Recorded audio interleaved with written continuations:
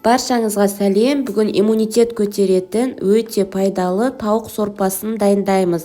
Дайындалу жолы өте қарапайым. Каналыма тіркеліп, лүпіл басуды ұмытпаймыз. Ең алдымен тауықты үлкен бөліктерге кесіп аламыз.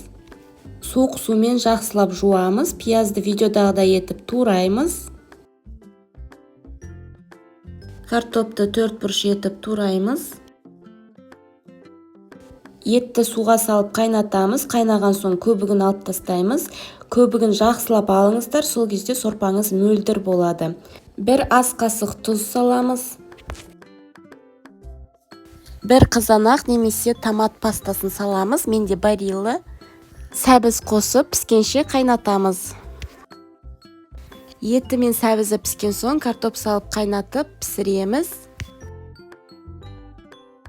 Қолдан илеп кеспе жасаймыз. Ол үшін бізге ұнға жұмыртқа салып, тұз қосып, осы жұмыртқаға қамыр илейміз. Иленген қамырымызды 5 минутқа тындырып қоямыз. Ұн сеуіп, жұп-жұқа етіп жаямыз.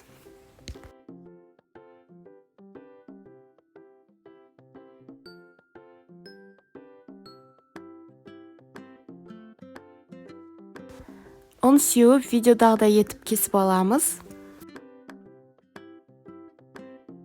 Тақтайға бірінің үстіне бірі қойып, жіп-жіңішке етіп кесіп шығамыз.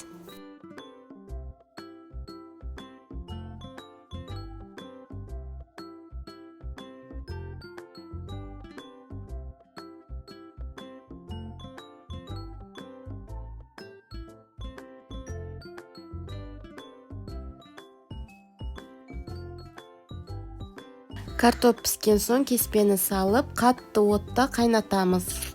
5-7 минут қайнатып пісіреміз.